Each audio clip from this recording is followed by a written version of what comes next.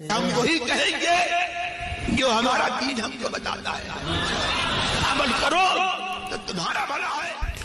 الحمدللہ رب العالمین والصلاة والسلام علی سید الانبیاء والمرسلین، اما بعد فاعوذ باللہ من الشیطان الرجیم، بسم اللہ الرحمن الرحیم۔ ان اللہ وملائکتہ یصلون علی النبی یا ایہا الذین آمنوا صلوا علیہ وسلموا تسلیما۔ اللہم صلی علی سیدنا وشفیعنا وحبیبنا ومولانا محمد وبارک وسلم صلاۃ و سلام علیک یا رسول اللہ صلی اللہ تعالی علیہ وسلم۔ وَإِن مِّن قَرْيَةٍ إِلَّا نَحْنُ مُهْلِكُوهَا قَبْلَ يَوْمِ الْقِيَامَةِ أَوْ مُعَذِّبُوهَا عَذَابًا شَدِيدًا كَانَ ذَلِكَ فِي الْكِتَابِ مَسْطُورًا۔ اور ہم ہر بستی کو قیامت کے دن سے پہلے ہلاک کرنے والے ہیں یا اس کو سخت عذاب دینے والے ہیں، یہ کتاب میں لکھا ہوا ہے۔ اس آیت کریمہ میں جو ارشاد فرمایا، اس حوالے سے حضرت قتادہ بیان کرتے ہیں کہ یہ اللہ تبارک و تعالیٰ کی قضا اور تقدیر سے ہے، جس سے کوئی فرار اور بھاگنا ممکن نہیں ہے۔ یعنی یا تو اللہ تعالیٰ اس بستی کے لوگوں کی روح کو قبض کر کے ان کو ہلاک کرے گا، یا اس بستی پر عذاب نازل فرمائے گا جس سے وہ بستی نیست و نابود ہو جائے گی۔ تو مومنین کو تو اللہ تعالیٰ موت کے ذریعے جو ہے وہ ہلاک کرے گا، اور سرکش کافروں کو عذاب کے ذریعے تباہ کرے گا۔ اور حضرت عبد الرحمن بن عبداللہ نے اس حوالے سے فرمایا کہ جب کسی بستی میں علی الاعلان زنا ہوگا اور سود کھایا جائے گا تو اللہ تعالیٰ اس بستی کو ہلاک کرنے کی اجازت عطا فرما دے گا۔ تو یہاں پہ جو یہ ارشاد فرمایا گیا کہ قیامت سے پہلے ہم ہر بستی کو ہلاک کرنے والے ہیں یا تو ان کو سخت عذاب دینے والے ہیں۔ تو مومنین کو تو اللہ تعالیٰ ویسے ہی موت عطا فرمائے گا، لیکن جو سرکش لوگ ہیں ان کو اللہ تعالیٰ عذاب کے اندر گرفتار فرمائے گا۔ اور یہاں پہ جو یہ تفسیر بیان کی گئی اس سے یہ پتہ چلتا ہے کہ جس قوم میں زنا اور سود عام ہوتا ہے، پھر اس قوم کی ہلاکت جو ہے وہ قریب آ جاتی ہے۔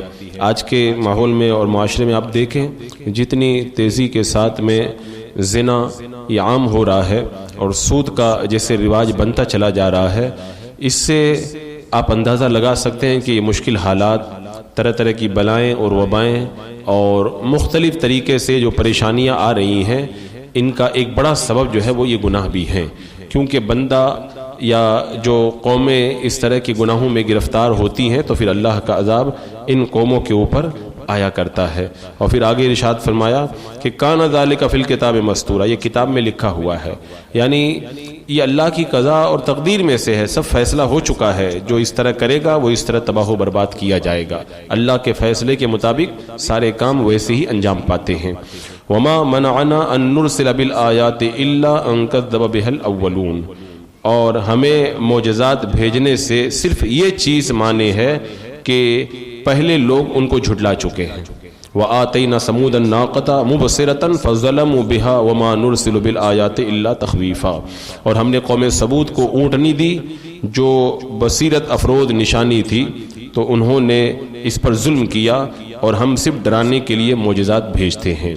یعنی اس کا مطلب یہ ہے کہ جو مکہ کے کافر تھے وہ اصرار کرتے تھے، طرح طرح کے معجزات مانگتے تھے، یہ معجزہ دکھا دو، وہ معجزہ دکھا دو۔ تو اللہ تبارک و تعالیٰ نے فرمایا یہ جو فرمائشی معجزے مانگ رہے ہیں، ہم فرمائشی معجزے بھیج سکتے ہیں لیکن نہیں بھیج رہے ہیں۔ کیوں؟ اس لیے کہ پہلے کے لوگوں نے بھی کچھ معجزات مانگے تھے، ان کو جب معجزات دکھائے گئے تو وہ لوگ ایمان نہیں لائے، اور یہ لوگ بھی ایمان لانے والے نہیں ہیں۔ جیسا کہ حضرت سعید بن جبیر نے کہا کہ مشرکین نے جب اللہ کے رسول صلی اللہ تعالیٰ علیہ وسلم سے کہا کہ اے محمد صلی اللہ تعالیٰ علیہ وسلم، آپ یہ کہتے ہیں کہ آپ سے پہلے انبیاء تھے، ان میں سے بعض کے لیے تو ہوا کو اللہ نے مسخر کر دیا، بعض جو ہیں وہ مردوں کو زندہ کرتے تھے۔ اگر آپ اس بات سے خوش ہیں کہ ہم آپ پر ایمان لائیں اور آپ کی تصدیق کریں تو آپ اپنے رب سے دعا کیجئے کہ صفا پہاڑ کو ہمارے لیے اللہ تعالیٰ سونے کا بنا دے۔ یہ انہوں نے فرمائش کی۔ تو اللہ تعالیٰ نے یہ وحی نازل فرمائی کہ میں نے ان کا مطالبہ سن لیا ہے، اگر آپ چاہیں تو ہم ان کے مطالبے کو پورا کر دیں، لیکن یہ پھر بھی ایمان نہیں لائیں گے، اور پھر اگر یہ ایمان نہ لائیں تو ان پر عذاب نازل کیا جائے گا، اور اگر آپ اپنی قوم کو مہلت دینا چاہتے ہیں تو ہم ان کو مہلت دیں گے۔ آپ نے عرض کیا اللہ ان کو تو مہلت عطا فرما دے۔ تو اللہ تعالیٰ نے فرمایا تھا کہ یا تو یہ جو مانگ رہے ہیں وہ دے دیا جائے، لیکن اگر وہ ان کو مل گیا اور اس کے بعد یہ ایمان نہیں لائے تو پھر اللہ کا عذاب آ جائے گا، اور یا پھر ایسا کریں کہ ان کو جو مانگ رہے ہیں وہ نہ دیا جائے، بلکہ ان کو ایسی مہلت دے کے چھوڑ دیا جائے تاکہ جو ہے وہ بعد میں یہ لوگ یا ان کی نسلوں سے کچھ لوگ ایمان لے آئیں۔ تو اللہ کے رسول علیہ السلام چاہتے تھے کہ یہ قوم ہلاک نہ ہو، آپ نے فرمایا اللہ ان کو مہلت دے دے۔ تو مہلت دینے کا یہی مطلب ہوا کہ جو معجزہ مانگ رہے ہیں وہ نہ دکھایا جائے، اور ایسے ہی ان کو مہلت دی جائے، ان کے اوپر عذاب نہ نازل ہو۔ اچھا، یہاں پر ایک بات یہ ہے کہ فرمائشی جو معجزات وہ طلب کر رہے تھے ان کو نہ بھیجنے کی کئی وجہ تھی۔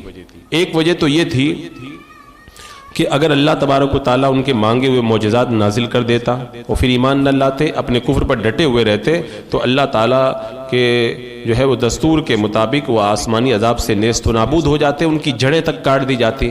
لیکن اللہ نے پہلے ہی فیصلہ فرما دیا ہے، اللہ کے علم کے اندر یہ ہے کہ اس امت کے اوپر اللہ تعالیٰ عام عذاب نہیں بھیجے گا، اور اللہ تعالیٰ جانتا ہے کہ اس لوگوں میں سے کچھ لوگ ایمان لائیں گے یا ان کی اولاد میں سے کچھ لوگ ایمان لائیں گے۔ تو اللہ تعالیٰ نے ان کا معجزہ ان کو نہیں دیا، اور نہیں دیا، مہلت مل گئی تو یا تو کچھ لوگ وہ ایمان لے آئے یا ان کی اولاد میں سے کچھ لوگ مسلمان ہو گئے۔ ایک وجہ تو یہ ہوئی معجزہ نہ دکھانے کی۔ دوسری وجہ یہ ہے کہ اللہ تعالیٰ نے یہ معجزات اس لیے نازل نہیں کیے کہ پچھلی امتوں میں ان کے باپ دادا نے بھی معجزات مانگے تھے، ان کو دکھائے گئے، وہ لوگ ایمان نہیں لائے، اور یہ مشرکین بھی انہی کی اولاد میں سے ہیں، تو ان کے باپ دادا ایمان نہیں لائے، یہ بھی معجزات دیکھ لیتے تو وہ بھی ایمان نہیں لے کر کے آتے، تو ان کو معجزہ دکھانے کا کوئی فائدہ نہیں تھا۔ تو اللہ تبارک و تعالیٰ نے ان کے مانگے ہوئے معجزات جو ہیں وہ ان کو عطا نہیں فرمائے۔ اور پھر اللہ تعالیٰ نے ایک مثال دی، فرمایا کہ وَآتَيْنَا ثَمُودَ النَّاقَةَ مُبْصِرَةً، کہ ہم نے قوم سمود کو اونٹنی دی جو بصیرت افروز نشانی تھی۔ اب اونٹنی ان کو مل گئی اور اونٹنی دیکھ کر بھی وہ لوگ ایمان نہیں لے کر کے آئے، تو جب اونٹنی انہوں نے معجزے میں مانگی تھی، اللہ نے ان کو وہ دکھا دی، وہ ایمان نہیں لائے، تو یہ لوگ کہاں سے ایمان لائیں گے؟ یہ اونٹنی انہوں نے کب مانگی تھی؟ اس حوالے سے ایک بار پیچھے جب آیات آئی تھیں تو وہاں پہ میں نے تفصیل کے ساتھ بتایا تھا، یا مختصر طور پہ میں بتا دوں یہ اونٹنی مانگنے کا مسئلہ کیا تھا۔ اصل میں حضرت صالح علیہ السلام اپنی قوم کو جب اللہ پر ایمان لانے کی دعوت دیتے، بت پرستی کو چھوڑنے کی تبلیغ کرتے، تو آپ کے بار بار اصرار کرنے پر جو قوم تھی انہوں نے یہ فیصلہ کیا کہ حضرت صالح علیہ السلام سے ایک ایسا معجزہ مانگا جائے جس کو یہ پورا نہ کر سکے، اور پھر جو ہے وہ ان کی تبلیغی سرگرمیاں جو ہے وہ بالکل بند ہو جائیں گی اور ہم ان کو تبلیغ پھر نہیں کرنے دیں گے۔ تو ایک دن قبیلے کے لوگ ایک مجلس میں جمع تھے، اسی دوران حضرت صالح علیہ السلام تشریف لائے۔ حسب معمول حضرت صالح علیہ السلام نے ان سے کہا کہ ایمان لاؤ، شرک اور بت پرستی چھوڑ دو۔ آپ نے جب نصیحت فرمائی اور کہا کہ اگر ایسا نہیں کرو گے تو اللہ کا عذاب آئے گا، تو سردار پہلے سے پلان بنا کر کے بیٹھے ہوئے تھے، انہوں نے فوراً مطالبہ کر دیا کہ اگر آپ واقعی اللہ کے رسول ہیں تو اس پہاڑ کی چٹان میں سے ایک ایسی اونٹنی کو آپ نکال دیجئے جو 10 ماہ کی گابن ہو، حاملہ ہو، اور طاقتور ہو، خوبصورت ہو، اس کے اندر کوئی عیب نہ ہو، اور اونٹنی باہر نکلے، باہر نکلتے ہی بچہ جن دے۔ یہ بڑا عجیب و غریب انہوں نے مطالبہ کیا تھا۔ اصل میں ان کو ایمان نہیں لانا تھا، صرف حضرت صالح علیہ السلام کو تنگ کر کے ان کی تبلیغ کو بند کروانا تھا۔ تو اب پتھر میں سے اونٹنی نکالنا اور پھر وہ تندرست و توانا، ہٹی کھٹی ہونا، خوبصورت ہونا، عیب نہ ہونا، اور پیدا ہوتے ہی بچہ جن دینا، یہ عقل کے اندر آنے والی بات نہیں تھی، لیکن انہوں نے مطالبہ کر دیا۔ حضرت صالح علیہ السلام نے ان سے پوچھا اگر میں تمہاری بات مان لوں اور تمہارا مطالبہ پورا کر دوں تو تم ایمان لاؤ گے؟ انہوں نے وعدہ کر لیا اگر ہمارا مطالبہ پورا ہو گیا تو ہم اللہ کی وحدانیت اور آپ کے رسول ہونے پر ایمان لے آئیں گے، بت پرستی کو چھوڑ دیں گے۔ تو حضرت صالح علیہ السلام نے 2 رکعت نماز پڑھی، پھر اللہ تبارک و تعالیٰ کی بارگاہ میں دعا کی اور اس چٹان کی طرف اشارہ کیا۔ اسی وقت وہ جو سامنے پتھر کی جو چٹان تھی وہ پھٹ گئی اور اس میں سے انتہائی خوبصورت تندرست اور بڑے اونچے قد والی ایک خوبصورت اونٹنی نکل کر کے باہر آئی، اور وہ اونٹنی حاملہ تھی. وہ باہر نکلی اور نکلتے ہی اس نے بچہ جن دیا. اب یہ معجزہ انہوں نے دیکھ لیا. حضرت صالح علیہ السلام کا یہ معجزہ دیکھ کر کے وہ ایمان تو نہیں لانے والے تھے، ان کو لانا بھی نہیں تھا. ہاں، لیکن ان میں ایک شخص تھا جندہ نامی، وہ سردار تھا، اس نے اپنے خاص لوگوں کے ساتھ میں معجزہ دیکھا تو وہ ایمان لے آیا. لیکن باقی لوگ جو ہیں وہ اپنے وعدے سے مکر گئے اور ایمان لانے کے لیے تیار نہیں ہوئے. لیکن حضرت صالح علیہ السلام نے ان کو چونکہ معجزہ دکھا دیا تھا، اب اونٹنی تو پیدا ہو گئی تھی. آپ نے ان کو یہ نصیحت کی، اس اونٹنی کو اپنے حال پہ چھوڑ دو تاکہ زمین میں جو چائے کھائے پیے چرے، اور اسے برائی کی نیت سے ہاتھ مت لگانا، اسے ہنکانا مت اور اسے قتل مت کرنا. اور ایک دن اونٹنی کی باری رہے گی پانی پینے کی، ایک دن تمہاری پانی پینے کی باری رہے گی. جب اونٹنی کی باری رہے تو تم اس دن پانی کنویں پہ لینے نہیں جاؤ گے، اور جب تمہاری باری ہوگی تو وہ اونٹنی جو ہے وہ پانی پینے کے لیے وہاں پر کنویں پر نہیں آئے گی. یہ آپ نے ان کو ہدایات عطا فرما دی. اب اس اونٹنی کے پیدا ہونے میں کئی معجزات کا زور ہوا تھا. یہاں پہ اللہ تبارک و تعالیٰ نے فرمایا نا کہ یہ معجزات مانگ رہے ہیں، اللہ تعالیٰ ان کو نہیں دکھاتا، پہلے والے بھی مانگ چکے ہیں. تو بتاؤ، اونٹنی اتنا بڑا معجزہ انہوں نے مانگا، وہ لوگ ایمان نہیں لائے. اب وہ اونٹنی نہ تو کسی کے پیٹ میں رہی اور نہ کسی کے پیٹ میں رہی، نہ کسی نر سے پیدا ہوئی نہ مادہ سے پیدا ہوئی، اور جو ہے وہ نہ حمل میں رہی اور نہ دھیرے دھیرے بڑی ہوئی، بلکہ ایک ہی بار میں پتھر سے وہ پیدا ہو گئی. کتنا بڑا معجزہ ہوا. اور ایک دن میں وہ اتنا پانی پی لیتی تھی کہ دوسرے دن جو ہے پوری قوم جتنا پانی پیتی تھی، ایک دن میں وہ اونٹنی اکیلی ہی اتنا پانی پی جاتی تھی. تو یہ بھی ایک بہت بڑا معجزہ تھا. اور اس کے پینے کے دن میں اس کا دودھ اتنا زیادہ ہوتا تھا کہ وہ دودھ پورے قبیلے کے لیے کافی ہو جاتا تھا. یہ بھی ایک بڑا معجزہ تھا. اب یہ سارے معجزات دیکھ کر کے تو ان کو ایمان لانا چاہیے تھا، لیکن ایمان نہیں لائے. تو قوم سمود حضرت صالح علیہ السلام کے دیے ہوئے احکام کو کچھ دن تو مانتی رہی، لیکن آخر میں تھے وہ شرارتی ہی تھے، انہوں نے شرارت کی اور یہ مشورہ کر لیا کہ اس اونٹنی کو مار دیا جائے. اور اس کے لیے ایک بڑی حسین و جمیل عورت تھی مالدار، اس نے اپنی حسین و جمیل بچیوں کو پیش کیا، جو مارے گا اونٹنی کو میں اپنی بچی سے اس کی شادی کرا دوں گا. اب کچھ جو ہے وہ بدماش قسم کے جو لوگ تھے وہ تیار ہوئے، اور ان کی تعداد جو ہے وہ 9 تک بتائی جاتی ہے. یہ 9 افراد اونٹنی کی تلاش میں نکلے اور انہوں نے اونٹنی کو قتل کیا اور اس کی کونچیں کاٹ ڈالی اور اس کو ذبح کر دیا. اب جب ان کی ایسی سرکشی ظاہر ہو گئی تو حضرت صالح علیہ السلام کے پاس آئے اور کہنے لگے، اے صالح، تم تو رسول ہو تو ہم پر عذاب لے آؤ جس عذاب سے تم ہم کو ڈرایا کرتے تھے. ہم نے اونٹنی کو مار دیا، اب آپ لے آؤ، کیسا عذاب ہے آپ کا. اونٹنی کے قتل کے بعد میں حضرت صالح علیہ السلام نے ان کو پہلے ہی بتا دیا کہ اپنے گھروں میں 3 دن تک تم لوگ عیش کر لو، ہفتے کے دن تم پر عذاب آئے گا. اور اس کی علامت یہ ہے کہ پہلے دن تمہارے چہرے پیلے پڑ جائیں گے، دوسرے دن لال ہو جائیں گے، اور تیسرے دن تمہارے چہرے کالے پڑ جائیں گے. پھر اس کے اگلے دن جو ہے وہ عذاب نازل ہوگا. حضرت صالح علیہ السلام نے یہ تمام ہدایات ان کو دے دی. اب ان لوگوں کی بدماشی اور بڑھ گئی. انہوں نے حضرت صالح علیہ السلام کو شہید کرنے کا پلان بنا دیا کہ عذاب کے اترنے سے پہلے ہی جو ہے وہ ان کو شہید کر دیا جائے. لیکن وہ اپنے اس مقصد میں کیسے کامیاب ہو پاتے؟ روایتوں میں یہ آتا ہے کہ حضرت صالح علیہ السلام کے گھر پہ حملہ کرنے کے لیے اور ان کے اہل و عیال کو شہید کرنے کے لیے وہ لوگ جب پہنچے تو پہلے سے طے ہو گیا تھا کہ ہم مکر جائیں گے کہ ہم نے قتل نہیں کیا ہے. جب پہنچے تو اللہ تبارک و تعالیٰ نے فرشتوں کی حفاظت پہلے ہی وہاں پہ لگا دی تھی. جب وہاں پہ پہنچے فرشتے مکان کی حفاظت کر رہے تھے، وہ ہتھیار لے کے پہنچے، فرشتوں نے ان کو پتھر مارے. 9 لوگ تھے وہ سب تو وہیں پر ہلاک ہو گئے. اور ادھر حضرت صالح علیہ السلام نے جو عذاب کا وعدہ کیا تھا، وہ جب مہلت کا پہلا دن آیا تو حضرت صالح علیہ السلام کے کہنے کے مطابق ان کے چہرے پیلے پڑ گئے. شام کے وقت انہوں نے کہا 1 دن ختم ہو گیا. دوسرے دن چہرے لال ہو گئے. شام کے وقت کہنے لگے 2 دن ہو گئے ہیں. تیسرے دن چہرے کالے ہو گئے. اب شام میں وہ بولے کہ 3 دن پورے ہو گئے. تو حضرت صالح علیہ السلام کی دی ہوئی مہلت تو ختم ہو گئی. تو دیکھو اب عذاب کون سا آتا ہے. اب وہ عذاب کا انتظار کرنے لگے. صبح ہوتے ہی ایک ہولناک چیخ اور کڑک کی آواز سنی. زمین میں زلزلہ آیا.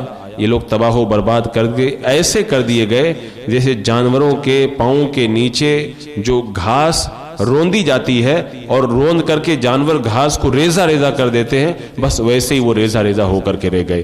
اور عذاب کی شدت کا یہ عالم تھا کہ مضبوط اور توانا ہونے کے باوجود بھی عذاب کے وقت وہ لوگ بھاگ بھی نہیں سکے، نہ مقابلے کے لیے کھڑے ہو سکے، ان کا مال نہ ان کو بچا سکا، نہ ان کی سرکشی ان کے کچھ آڑے آ سکی، اور اس طرح اس پوری قوم کو تباہ و برباد کر دیا گیا۔ تو اللہ تبارک و تعالیٰ نے اس آیت کریمہ میں جو اونٹنی کا اور سمود کا ذکر کیا اور یہ بتا دیا کہ وہ اتنی بڑی نشانی، اتنا بڑا معجزہ دیکھ کے وہ لوگ ایمان نہیں لائے، اے محبوب اگر انہیں آپ معجزہ دکھا دیں گے تب بھی یہ لوگ ایمان لانے والے نہیں ہیں۔ تو اللہ کے رسول علیہ السلام یہ چاہتے تھے کہ یہ لوگ بچ جائیں اور ان کی نسلوں سے لوگ ایمان لائیں، تو آپ نے ان کو معجزہ نہیں دکھایا۔ اب کوئی نادان یہ نہ سمجھے کہ نبی نے معجزہ کیوں نہیں دکھایا، اس میں بھی اللہ کے رسول کی رحمت ہے تاکہ وہ قوم بچ جاتی۔ اور قوم سمود کے حوالے سے اللہ کے رسول علیہ السلام نے جو ارشاد فرمایا، ایک حدیث پاک میں ہے، حضرت جابر بیان کرتے ہیں کہ جب اللہ کے رسول علیہ السلام مقام حجر سے گزرے تو ارشاد فرمایا، اے لوگوں معجزات کا مطالبہ نہ کرو، کیونکہ حضرت صالح علیہ السلام کی قوم نے معجزے طلب کیے اور اللہ تعالیٰ نے ان کے لیے اونٹنی بھیج دی جو اس گھاس سے باہر آتی اور ان کے اندر چلی جاتی تھی۔ وہ اونٹنی ایک دن لوگوں کے حصے کا پانی پی جاتی اور لوگ اس اونٹنی کا دودھ لیتے تھے۔ پھر انہوں نے اونٹنی کی کوچیں کاٹ دی تو انہیں ایک ہولناک چیخ نے پکڑ لیا اور اللہ تعالیٰ نے آسمان کے نیچے موجود ان کی ہر فرد کو اللہ نے ہلاک کر دیا۔ تو یہ اللہ کے رسول علیہ السلام نے اس قوم کے بارے میں فرمایا۔ اور ایک موقع پہ حضرت عبداللہ بن عمر بیان کرتے ہیں، غزوہ تبوک کے وقت جب اللہ کے رسول علیہ السلام قوم سمود کے اس علاقے سے گزرے تو آپ نے صحابہ کرام کو حکم دیا کہ یہاں کے کنویں سے پانی مت پینا اور نہ یہاں پہ اپنے جانوروں کو پانی پلانا۔ صحابہ کرام نے عرض کی، یا رسول اللہ، ہم تو اس پانی سے آٹا گوندھ چکے ہیں اور اس کا پانی ہم لوگ نکال کر کے باہر رکھ لیے ہیں۔ اللہ کے رسول علیہ السلام نے فرمایا، آٹا پھینک دو اور پانی کو گرا دو۔ یعنی جس قوم پہ عذاب آیا ہے، میرے آقا نے فرمایا اس قوم کا پانی بھی مت استعمال کرو، یہ عذاب کی جگہ، یہاں سے جلدی گزر جاؤ۔ جیسا کہ حضرت عبداللہ بن عمر نے فرمایا کہ اللہ کے رسول علیہ السلام جب مقام حجر سے گزرے تو آپ نے ارشاد فرمایا، ظالموں کے مکانات میں روتے ہوئے داخل ہونا، ایسا نہ ہو کہ تم پر بھی وہی عذاب آ جائے جو ان پر آیا ہے۔ پھر سواری پر بیٹھے ہوئے آپ نے چہرہ انور پر چادر ڈال لی۔ بتاؤ، عذاب والی جگہ پہ اللہ کے رسول علیہ السلام نے چہرے پہ چادر ڈالی، اس جگہ کو دیکھنا بھی گوارا نہیں کیا، اور فرمایا کہ یہاں پہ اللہ کا عذاب آیا ہے، یہاں سے روتے ہوئے گزر جاؤ، اللہ کے عذاب سے پناہ مانگو، کہیں گناہوں کے سبب اللہ تعالیٰ عذاب کے اندر جو ہے وہ گرفتار نہ کر دے۔ تو ایسی عذاب کی جگہوں سے دور رہنے کا حکم دیا گیا۔ اسی لیے علماء بیان فرماتے ہیں کہ کافروں کے محلے سے جب گزرو تو آہستہ نہیں چلنا چاہیے، جلدی نکلنا چاہیے، کیونکہ جہاں پہ کافر زیادہ رہتے ہیں وہاں پر اللہ کی لعنتیں اترتی رہتی ہیں۔ تو ایسی جگہ مکان لے کے رہنا ہی نہیں چاہیے، اور اگر وہاں پہ گزرنا پڑے تو جلدی گزر جانا چاہیے۔ تو اس آیت کریمہ میں رب نے فرمایا، وما نرسل بالآیات الا تخویفا، ہم صرف ڈرانے کے لیے معجزات کو بھیجتے ہیں۔ بسم اللہ الرحمن الرحیم، اللہم صلی علی سیدنا مولانا محمد وبارک وسلم، صلاۃ و سلام علیک یا رسول اللہ، یا اللہ یا رحمان یا رحیم العالمین۔ اپنے محبوبان بارگاہ کے صدقے میں مولا ہمارے ایمان کی حفاظت فرما، اعمال صالحہ کی توفیق عطا فرما، اے اللہ اپنی رحمتوں سے ہم تمام کو مالا مال فرما، ایمان پہ زندگی، ایمانی پر خاتمہ عطا فرما۔ ربنا تقبل منا انک انت السمیع العلیم وتب علینا انک انت التواب الرحیم۔ ان اللہ وملائکتہ یصلون علی النبی یا ایھا الذین آمنوا صلوا علیہ وسلموا تسلیما۔ اللہم صلی علی سیدنا و شفیعنا و حبیبنا و مولانا محمد وبارک وسلم، صلاۃ و سلام علیک یا رسول اللہ۔